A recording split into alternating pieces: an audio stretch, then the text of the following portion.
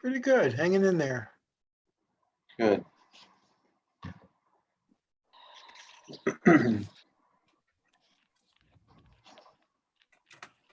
One second, it's connecting. Okay. Okay, so we are live streaming and we're recording. So I'm going to mute myself and you can go about your agenda and I'll try to help Jeff get in. How's that? Okay, thank you, Am I Chair. in, guys? Thanks, Can you hear Sharon. me? Oh, Jeff, you're in? Can you hear Yeah, I us? think so. I've been hearing Okay. everybody else for a while. You couldn't Okay. hear me. I don't know why. Okay, you're good to go. I'm going to Good. mute myself. Okay, good, thank you. Good evening and welcome to tonight's EIC meeting for Wednesday, May 13th, 2020. I'm Bernie Gallo, I'm the chairman, and I'll be conducting the meeting. I have a few notes before we start the meeting, a few announcements. This is a Zoom meeting. It's being held on Zoom as a virtual meeting. Commissioners, just a heads up, please use the raise hand function in Zoom if you're questioning it during any portion of the meeting. Voting by board or commission members will be by roll call vote. Anyone on the agenda, including the representatives, may speak at the meeting. They just have to announce who they are. This is not a public hearing. We're requesting that all commissioners, as you speak, say who you are so that we'll know who it is. People watching say they don't always know who's talking, okay? Any questions, just give me a holler. All votes will be by roll call. Any questions? None. I'll start the meeting with roll call. Bernie Gallo, yes. Tony Abramo? No. Mary Cronin? Yes. Yes. Jerry DeMasi, no. Jeff Harold? Yes. Mark Massoud? Yes. Matt Rose? Yes. We have a quorum. First item on the agenda is accept the minutes of 4/22/20.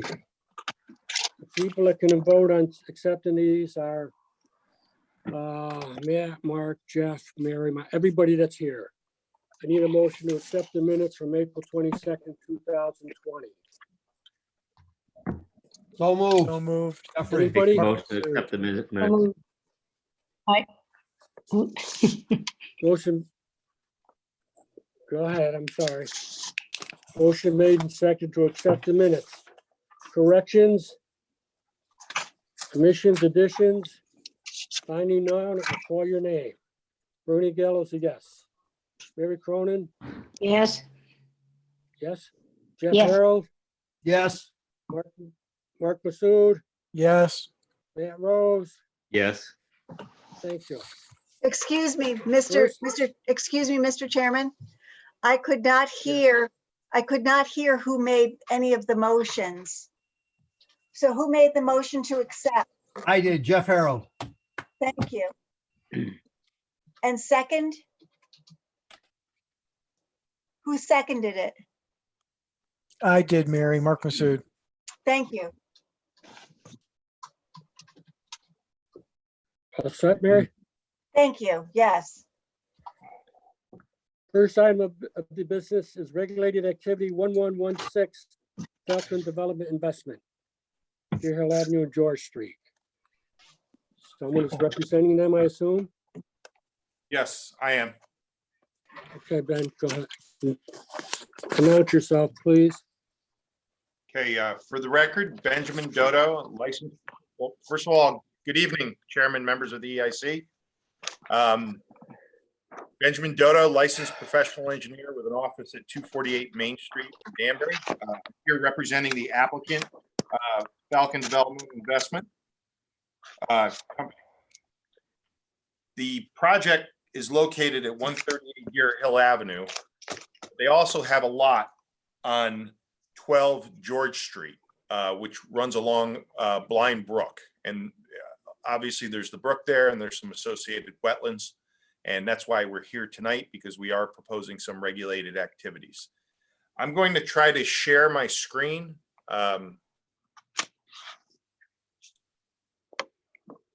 Sharon, it's saying I'm disabled to share. I can hear you. You're good. I enabled it. You should be good Okay. now. That's Try right. it now.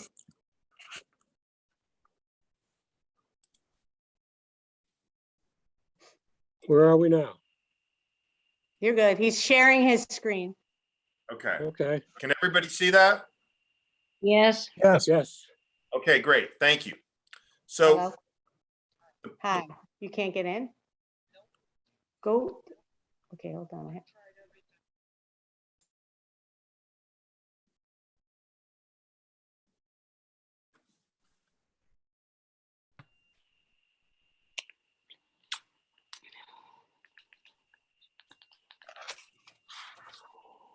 should I keep going or should I wait? Yeah, keep going, Ben. Okay, I'm sorry. I thought I was waiting on Sharon. The, I think he's trying to get somebody else into the meeting. okay. The property, here is 138 Deer Hill. It's an old yellow house located between the offices of Bob Tellerico's office and Deer Hill Arms condominium right here. It's a house, it's a former single-family house. It's been in disrepair for some years. 12 George Street, here's George Street right here. And as I mentioned, it abuts it in the back along a rear property line here. And my client, they're also the owners of 146 Deer Hill, which is the offices of Fiorita Cornhouse, and 4 George Street, which is the building right behind them. If you recall, that was renovated a few years ago. They recently purchased both properties at separate times. So what they want to do is they want to take the existing building and renovate it, basically keep it like it is, but convert it into a 6-unit garden apartment. The outside of the building will stay exactly pretty much like it is, although it will be renovated beyond its poor condition today. There's going to be a parking lot expanded behind it right here, some handicap parking, an accessible route to the entrance. But since they're the owners of the piece next door at 138, we're also going to interconnect these parking lots that are behind 138 with a driveway. We're going to take the existing driveway at 138, which is a one-way out driveway, and we're going to close that. As we are the existing driveway, I'm sorry, I said 138. I meant 142. We're going to close the driveway to 142, and we're going to take the driveway from 138, realign it to serve both properties here and interconnect it in the back. There is this parking lot here that we're proposing. It's going to be similar to the one behind 142 Deer Hill. And the other thing that we need to do in the zoning regulations, this is in the RH3 zone, open space is required. The open space requirements are, they limit them to relatively flat areas, and they try to keep them out of side yard setbacks. So what we felt was the most appropriate location here, because of the grades back here are pretty steep, was to actually locate the open space on the 12 George Street parcel. The 12 George Street parcel, I'm pretty sure, has been in front of this commission and the land use boards before. There were some previous development proposed for it that never went through. Not so much, in my opinion, I didn't work on that job, but the floodplain was the challenge. And if you see the 100-year floodplain line runs right along here. So anytime you're doing cutting and filling in and around the floodplain, getting a floodplain permit becomes a challenge, especially when you have a culvert nearby. So the brook is here, the wetlands are right here in the dark green. The 100-foot regulated regulated area is right here. As you can see, all our development activities, the existing building, the parking lot, a retaining wall serving the parking lot, are all outside of the 100-foot regulated area. The only thing we're proposing is an open space area. And it's going to be just that. It's going to be an open space area that's level and flat We're not proposing any grading. We are proposing some clearing of underbrush and some dead debris and a footpath to the open space area. This open space area meets the city requirements for the 6 apartments. The reason you see 6 apartments and then you say, well, why are there 30 parking spaces proposed here? This is to serve some of the overflow parking and shortages that the adjacent properties and owners of this have. As far as activities that I just mentioned in the open space area, or excuse me, in addition to the open space, only thing that we're proposing in the regulated area is a portion of our underground detention system and our overflow storm drainage pipe and level spreader. We're not having any direct contact to the brook. We're staying above it, and we're not proposing any flood or fill activities within the 100-year floodplain. We are currently in front of, we have made application with P&Z for a floodplain permit application, and we are in front of, we have a site plan application that's currently in for an administrative approval because this is a permitted use from a zoning standpoint. You'll see in my report, I talked about alternatives. I didn't really have alternatives with this, so I did mention that this is just an alternative development compared to developing these lots separately and trying to put a development on the 12th road. So as you can see, this is a real simple project. It doesn't really require, in my opinion, I don't think it's a significant activity. That's, obviously up to the commission to determine whether it is or not. But again, we're limiting the activities in the 100-foot regulated area to open space and some drainage that does have to get to the bottom of the hill there. Be happy to answer any questions anyone has of this project. And the site's obviously, I failed to mention, sorry, Bernie, it's served by city water and city sewer. So there's, no septic system or anything associated with that. Sorry. No problem. Anyone have any questions, remarks? Yeah, Ben, Who so is it? I, Who is this? Oh, Joe, okay. sorry about that. Let me just move stuff around here. So, so in looking over the plans, and I was like, oh, that's where it is. So, there is a stand of invasives. I think there's like a stand of bamboo down at the George Street end of that property. Is there any plans for any kind of removal of that, or what was your? When you say at the end of George Street, closer to the street, Joe? Right. Yeah. What I'll do is, Ellen Hines is our landscape architect. Right. I haven't discussed that with her, but let me get to the landscape plan and you could point, well, of course, my landscape plan doesn't go that far. So, okay. It's right on the street. So it's, okay. right along the street and where Blind Brook crosses under George Street. So Okay, I just know when I ride my bike to work, I go that way, and I'm like, oh, look at all that bamboo.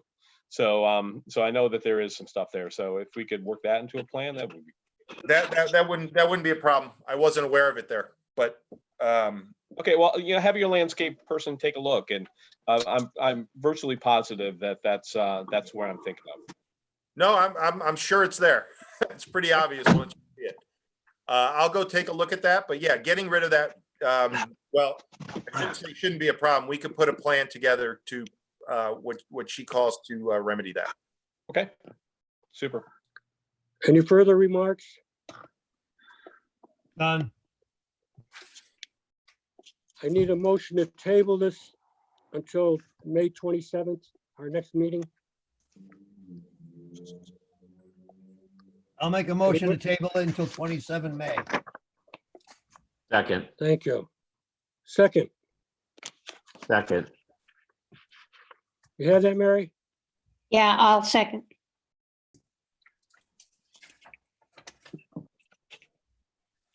Motion made and seconded to table this item until 5/27/20. Steve Gallo's a yes.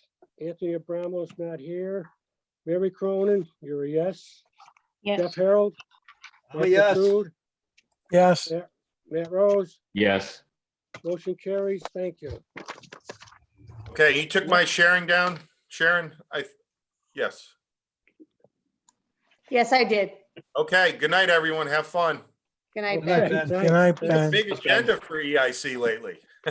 I know, right? Yeah, really, Yes, of all times. it took more than a couple pages. I haven't seen that in a while. Yeah. Enjoy. All right, Okay. see you. Thanks. Next item on the agenda is regular activity 11. Mr. Menez is the developer. Someone here for that one? This is Holly Street. Yes, Yes, Mike Mizuko, professional engineer representing the applicant. Okay, Mike. And this property is located on Holly Street. It's in the RA 20 zone. It's 0.56 acres. Property is vacant. And there was an application back in 2006 for a single family home.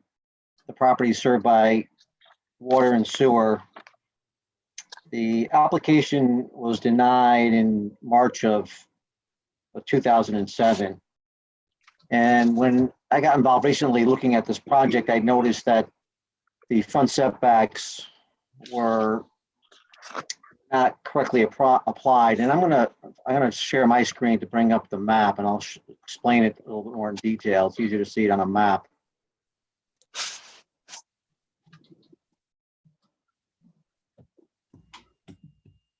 All right, so has everybody seen that? Yes. Yep. Okay, so can you see that pencil? Purple Yes. pencil? Okay, Yes. perfect. So if you look at it, along the front of the house, which we're calling the front facing west, that setback originally, they were looking, because I think the driveway came in via an easement from the neighbor's property, they were considering that as a front setback, which in this zone would be 30 feet. So it would have put that back almost about where the middle of the house is, where the wetlands line is. And that wetlands line runs along here. Okay. So Holly Street is over here, but that's technically the front setback. So the 30-foot should be applied over here. And what was applied as a 30-foot front back should be a 15-foot side setback. So that enabled the entire house to be moved west 15 feet, or half of what it was before. And that just enabled to get things pulled away from the stream and further out of the wetlands. Now, the other thing that was done was the garage, because if you look at it, you couldn't really, because of the limitation of the easement for the driveway, it's only 10 feet. So it has to come right in at that point. So you really couldn't put the garage doors facing straight. There was just no room, and try to keep it away and out of the wetlands as much as possible and away from the stream. We ended up angling the garage so you could drive in, pull straight in, and have enough room to back out into this area. The water and electric will be coming down the driveway easement out to Auburn Street. And the sewer line is in Holly Street, and that heads sort of in a southeasterly direction towards Federal Road, right through here. So we would just connect into the sewer at that point, run it over, it would be in the front. Everything would be served in the front. The other thing I noted on the previous plan, it called out for, at least the plans called out for footing drains. And because of the elevations and the ground, I mean, it's very wet. It's not really suitable for a foundation. So this is just proposed being totally on a slab. Now, Gene McNamara from EMS Associates did the original wetland flagging, and we're still using that. And he did have a report in the file. He did make some recommendations. We had just called out for a fence just to provide enough room to get around the house and provide a little bit of some yard space. But beyond that, we would just try to keep everything as is and natural. But as I mentioned, there is some recommendations in the report, and I think it would be worthwhile to refresh everybody. Well, I'm sure, I don't even know if anybody was still around in the commission at that point, but they should take a look at that. And it was part of the application that we had submitted. I think that was really it. And again, the setback issue was sort of a big one. And we did verify that with the zoning enforcement officer, and he did in fact agree that the setbacks would be correctly applied as we show them.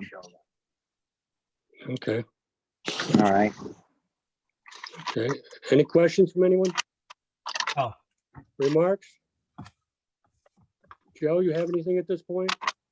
Not at this point, no. I'll just have to take a closer look at the site itself, go out there, take a look, and do up a project impact report.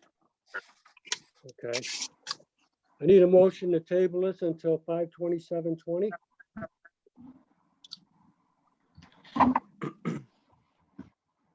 Someone want to make that motion? I'll make a motion to table it. Is there a second? Mark Masood, second. Thank you. Motion made and seconded to table regular activity 1117 until 5/27/2020. Roll call vote. Bernie Gallo, yes. Mary Cronin, Yes. yes. Jeff Harold, Yes. Mark Masood, Yes. Matt Rose, Yes. motion carries. Thank you. Thank you. Be well. Okay, you too. Thanks. Next item on the agenda is number 1118 Golden Hill Avenue. And who is representing Golden Hill?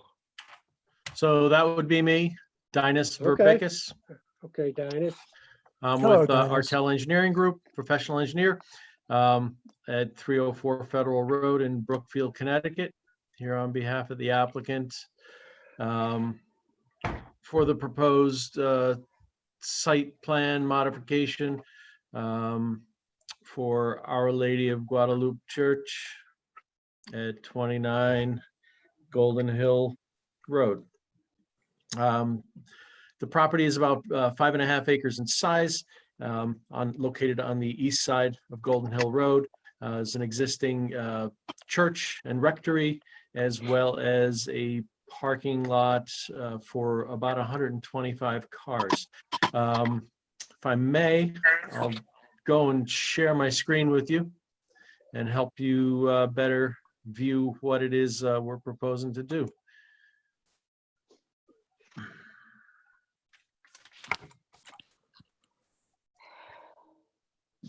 Can everyone see that? Not yet. Oh, there it is. Here we go.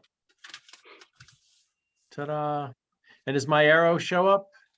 Yes, Perfect. So Golden Hill Road would be on the left-hand side of your screen. Property is currently accessed from Golden Hill Road to a parking facility that's located in this portion of the property. Their church is located on the southern side or southern portion of the property. There's a little rectory home building located a little bit further to the east. And what the applicant is proposing to do is to expand the parking and perhaps let me scroll back to the site plan, make it a little bit of a clearer picture. Does that look a little bit better? Less There you go. lines anyway. Okay, yep. So, That's good. so what we're proposing to do is a couple of things. Number one, in order to facilitate people leaving the church at the end of service, because everyone's in a rush to leave. Currently, there's a one-lane driveway leaving the site. It's only 12 feet wide. And what ends up happening is when people want to make a left turn out of the church parking lot onto Golden Hill Road, tends to back up on the site and no one can leave. So what we're proposing to do is to widen this driveway out to about 20 feet, which would allow 2 vehicles or 2 lanes of vehicles to leave the site. One, of course, and the majority of vehicles will be exiting out in a right-hand fashion, going to the north. But the folks that do want to make that left turn can make a left turn still without having causing traffic issues on site. So that's the beginning part of their challenge. The other part of their challenge is, and it's a good one to have, this church is growing with membership, which is uncommon for churches nowadays. But because their membership is growing, people are not finding enough parking spaces on site, and they tend to park along Golden Hill Lane, which is a private road located just to the south. And of course, when they park, they block vehicles or all the homeowners from leaving the site. So number 2, the element that the church wants to incorporate into this, into the improvements, would be to put in a driveway located in this portion here through several of the parking spaces and wrap it down to a lower area on the property for some additional parking.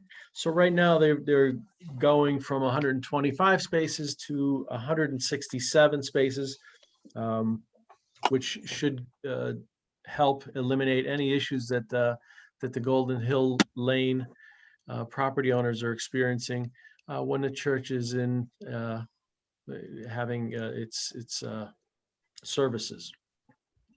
We're here tonight, or with you today, for 2 reasons. Number 1, there's a large portion of wetlands that is located to the east of this line, and incorporates, and I can switch back to the survey map, oops, or the overall map, which this indicates the wetland line. All points to the east, for the most part, are wetlands. This line, or this double line that runs relatively north to south, is the outfall from Lake Wacawana, and that continues on in this direction. So there's a large wetland associated with that. I'll flip back to the zoomed in version again. Oops. So part of the site, in addition to that large wetland, there is a small pocket of wetland in this area of the property, roughly 850, 870 square feet in size, as delineated by Alexandra Mock, the soil scientist for this proposed development. And we're in a position where the wetland itself is located right in the middle of where the solution to the parking problem exists. So we're here before the commission seeking approval to actually fill in this section of wetland to allow us to have increased parking for the church itself. If I may, I'll go to the next screen, which is the grading and utility plan, which shows, again, here's the parking and here's the wetland that we're proposing to fill. What we're proposing to manage the stormwater runoff that comes from the entire site, not only from our little proposed parking area, but from the entire site. We're proposing a segmented detention system, stormwater management system, which would have a wet bottom to it, and it would function and reduce the rate of runoff from all storm events from the initial first flush rainfall right on up through the 100-year storm element. And this basin, as we have designed it, we discharge our stormwater from the catch basins and so on into this portion of the basin first, which is a little small depression. And once this area fills up 1.5 feet or so, the water will then migrate into this portion of the basin, where it too has a sump of about 1 foot or so before the water would outfall from the basin via an orifice and pipe and be discharged down to where the water currently flows under existing conditions. One thing that we tried to do here, and we're successful almost 100%, was to maintain our or keep our development to the west of an existing stone wall that runs right where the arrow is going here, which basically demarks the upland soils to the wetland soils. And what we tried to do is put our discharge in a position where we're not actually impacting this larger body of wetlands, but we're actually pulled back a little bit and discharging toward that wetland during these the storm events. So again, it's a fairly straightforward proposal for what we're proposing to do. And we have, as part of our design team, we had asked Abigail Adams to help us with our planting plan, which I can share with you as well, if I may. Go ahead. Which is that screen. Is that up for you folks? Let's come up. Yeah, I'm sorry, I didn't hear. It is up. Yes. Okay, great, thank you. So this plan was prepared by Abigail Adams, our landscape architect, and she went to great lengths to provide some buffer plantings for our neighbors, as well as a pretty extensive buffer planting area here between the parking lot and the detention basin. And of course, the detention basin will be planted with plants that are suitable for a wet soil regime. And at this point, I think I've explained what we're proposing to do, and I'm happy to answer any questions that anyone might have. Adonis, you said you sized that for a 100-year storm? Yes, for up to and including a 100-year storm, yes. Okay. Anyone else? Questions, remarks? Mr. Chair, Mark Masood. Dinas, what kind of stormwater management is currently used on the site, if any?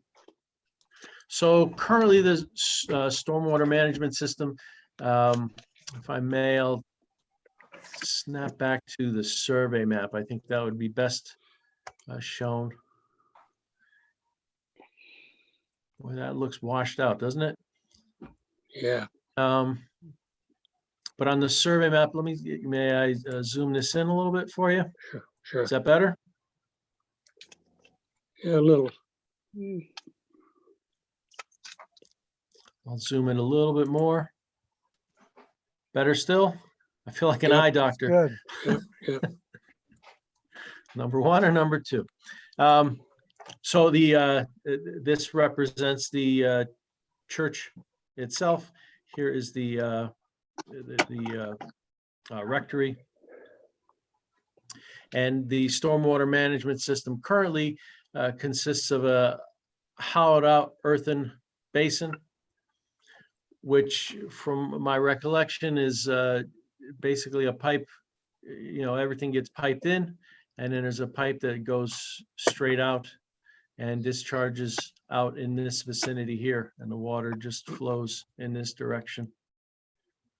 It doesn't seem to retain things. I'm not sure, what its capacity was, what its design was all about, but it seems to be dry all the time, the times that I've gone, and that's all they have for this, for this site thus far. Okay, thank you. You're welcome. Any further questions? Yeah, I have one. This is Jeff Harold, Mr. Chairman. On the stone wall, it looks like a stone wall, the pavement over that's depicted there, and it looks different on your new drawings. Are you going to change that wall? This wall is proposed to remain in place Just the way on it is our now? plan. Okay, Pardon me? just the way it is now? Exactly. Not gonna change. Okay, all right. I mean, if, and to the extent that the commission would like, I mean, certainly we can take some of the stones from this area and beef up this wall or make it a little bit more more of a wall than it currently is. I mean, right now it's strewn boulders, not really a fancy wall. That's what I'm thinking. It's been there for probably 150 years. Hey, I don't think anyone stacked boulders there for quite some time. You're right. Anyone else have anything? If not, I'll entertain a motion to table this until our next meeting on the 27th of I May. make a motion to table it until our next meeting Second, on the 27th. Mr. Chairman, Mark Masood, second. any remarks? No remarks, I'm sorry. All those, I gotta take a roll call. Wake up, Vern. Bernie Gale is a yes. Barry Cronin, Yes. yes. Jeff Harold, Yes. yes. Mark Masood, Yes. yes. Matt Rose, Yes. motion carries. Thank you.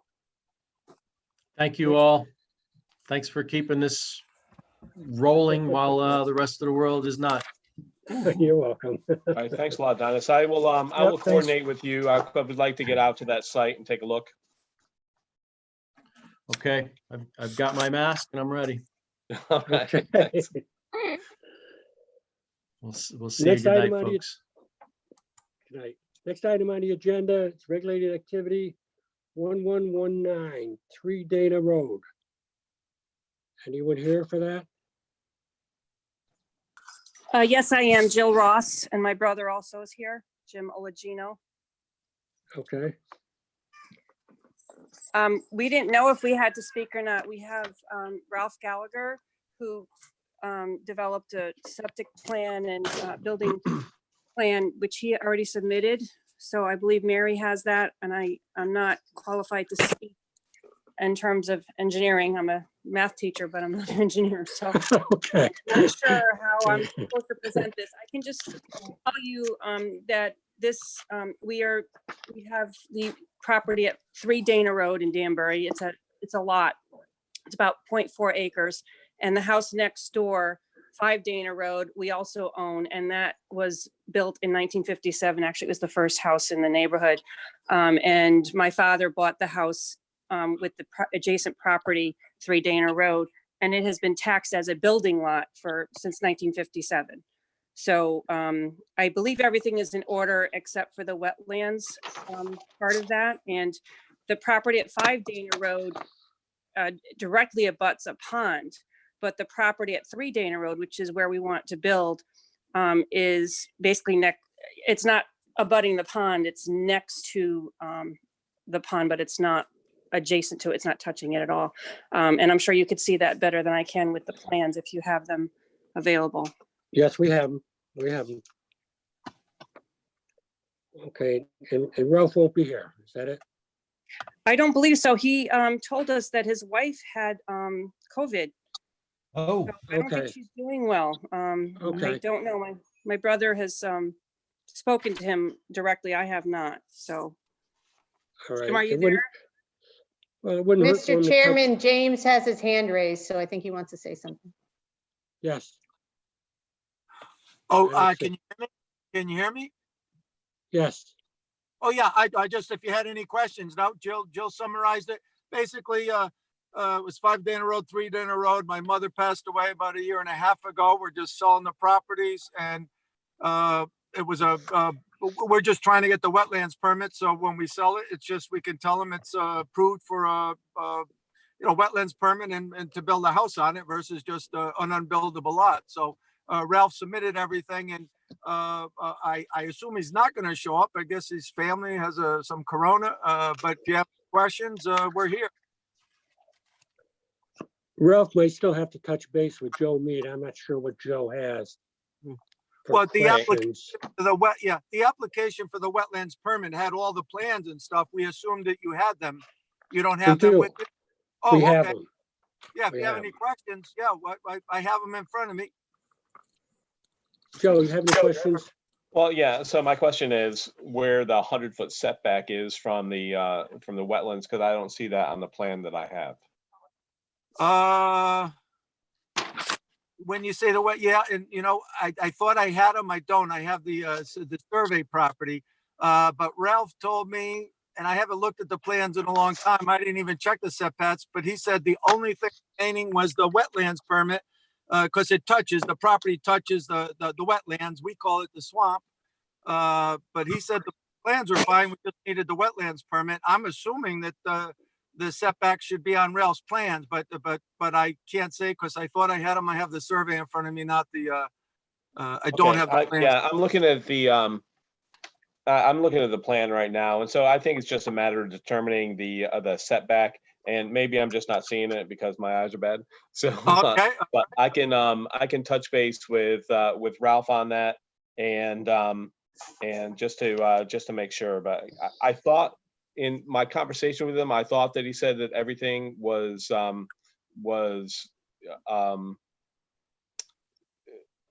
most of the work was within the 100 feet, but I can't. Yeah, I'm not exactly sure. Yeah, I don't want to answer for Ralph, and but what he told us, the only thing remaining, I mean, it was part of a subdivision. Father said, I don't want anybody building, because he built a lot from the builder, Dan, just because he wanted a bigger yard. And so we just assumed it's a buildable lot, and but I can't answer about the set. Ralph said the only thing remaining is the wetlands permit, but if you need anything other than that, Ralph, I'm sure I'll be happy to answer any questions. Okay, well, that's the only thing that the only question that I have. I don't think there was any direct impact on the wetlands. I think everything is within the upland review area, but I don't see, like I said, I don't see that called out in the plan. So I will touch base with Ralph on that. And great, that's wonderful. Okay, thanks, Joe. Anybody? Realtors keep bugging us, when are you going to get it approved? When are you getting it approved? And so that's all we're trying to do, because the realtors have been bugging us because they have a bunch of interest in the property, but nobody's interested unless they can build on it for obvious reasons. Right.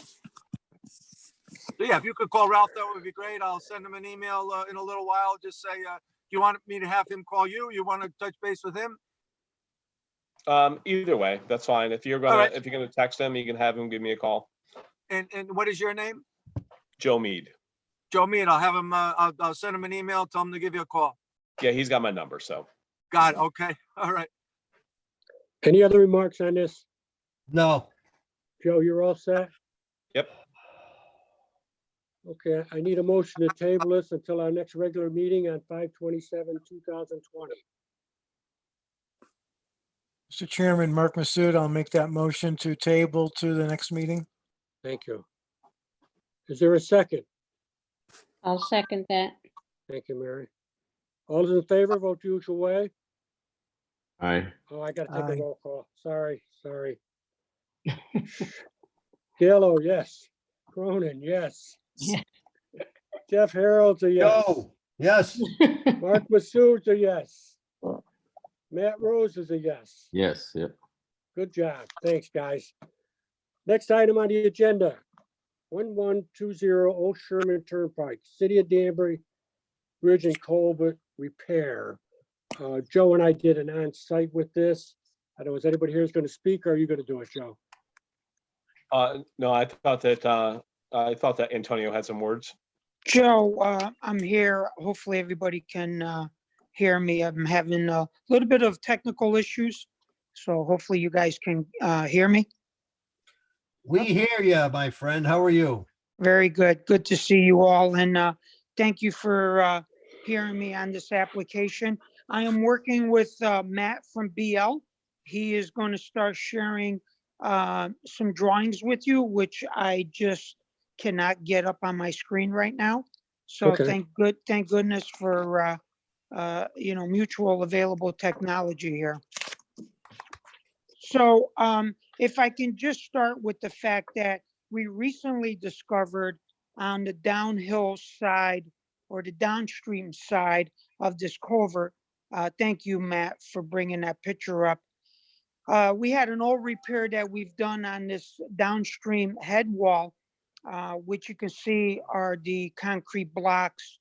What we ended up having here probably about 10 years ago is a complete failure of the right side of that end wall. That failure caused the road to collapse, which caused an 8-inch high pressure, high volume gas main to be exposed. So it became a pretty critical issue at the time. We worked together with the utility company to stabilize it and create, at that point, what we thought would be a semi-final repair.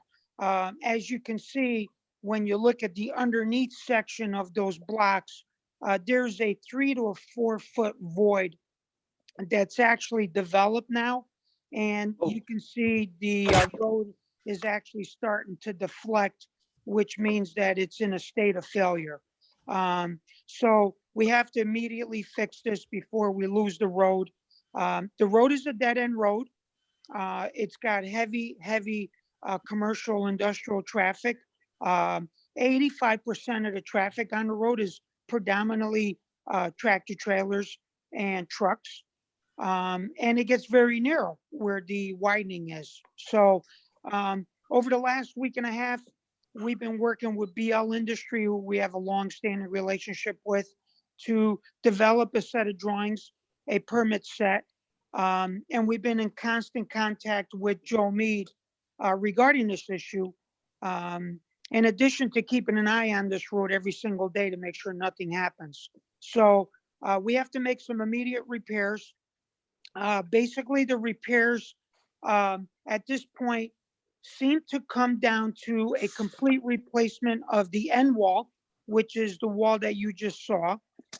In order to do that, because the road is only 19 feet wide, we have to widen the road so we can create an alternating one-way traffic pattern. So you will see to the northeast side, which is where Matt has his pointer there. We're going to be extending that pipe just enough to create a passing lane in order for us to be able to excavate the end wall and actually make the repair that we need to make. It's a significant amount of work. If this road does collapse, there's no way to get any emergency vehicles to the end of the road. There's no way to have any of the business owners, are mostly commercial, industrial business owners, past this brook crossing to be able to access their property. So it is a significant issue. And we're trying to work through it as quickly as possible. We've contacted all the utility companies. We've contacted the gas company, who we are working day in and day out with. God forbid this road does collapse, on how to deal with that high volume, high pressure gas main, which is directly behind the wall. It's only about 12 inches behind the wall. So in general, what we're looking to do is extend the culvert upstream, install a brand new head wall with a cutoff wall. So what a cutoff wall is a wall that actually goes underneath the culvert. It prevents water from going underneath the culvert, which is really what's happening here. This is an old culvert. They didn't design them back then to have cutoff walls. But as you can see from the detail that Matt is putting on the screen right now, a cutoff wall is typically poured below the pipe to prevent water from sneaking underneath the pipe and running along the pipe, which then takes all of the fines out and undermines the end walls and the head wall, which is exactly what's happening here and continues to happen. That's pretty much what happened here 10 years ago. And that's what's happening right now. So it's not like we can make another temporary repair. We have to take this on and we have to do the proper repair. The actual pipe is in good shape. Thank goodness. So we just need to do the proper repair to this to prevent this water from continuously running underneath the pipe, along the side of the pipe, and undermining it. So it is an emergency repair. We are hoping that you guys would be gracious enough to issue a administrative approval so we can get out there and actually try to start stabilizing this this road. We have multiple meetings up with utility companies and with some contractors to try to get this work going right away. We've done everything to minimize wetlands disturbance.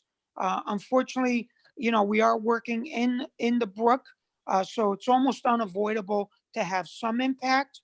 But I'm going to tell you this: if this road collapses, you're going to have double, if not triple, wetlands impact, in addition to major property damage downstream to the property owners that are directly downstream of this culvert. So we're trying to take a very bad situation and make the best we can out of it.